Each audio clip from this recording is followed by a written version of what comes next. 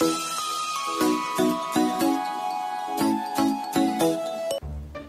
Sigera, nagsalita na sa controversial na issue ni na bossing Vic Soto at Director Daryl Yap ni Pepsi Paloma. Sa wakas, nagsalita na rin ang child star na si Ice Sigera sa naging aksyon ni Vic Soto na sampahan ng reklamong 19 counts of cyber libel ang direktor na si Daryl Yap. Humalmas si Vic sa teaser ng pelikulang The Blank of Pepsi Paloma sa social media kung saan diretsahang binanggit ang pangalan niya. Sumuporta ang child star kay Vic Soto tungkol sa issue ng pelikula ni Director Daryl Yap ni Pepsi Paloma.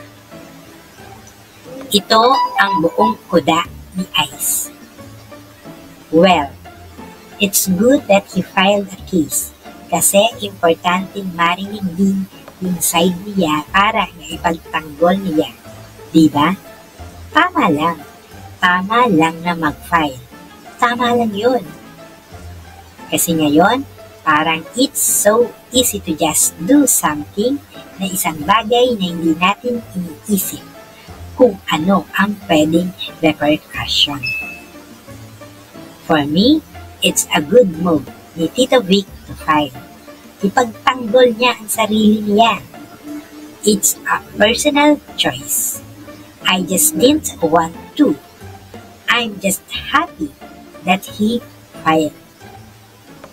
Si Ice Sigera ay isang mang-aawit at artistang Pilipino na nanalo siya sa Little Miss Philippines ng Eat Bulaga. Ito ang naging daan para maging ganap na isang sikat na artista.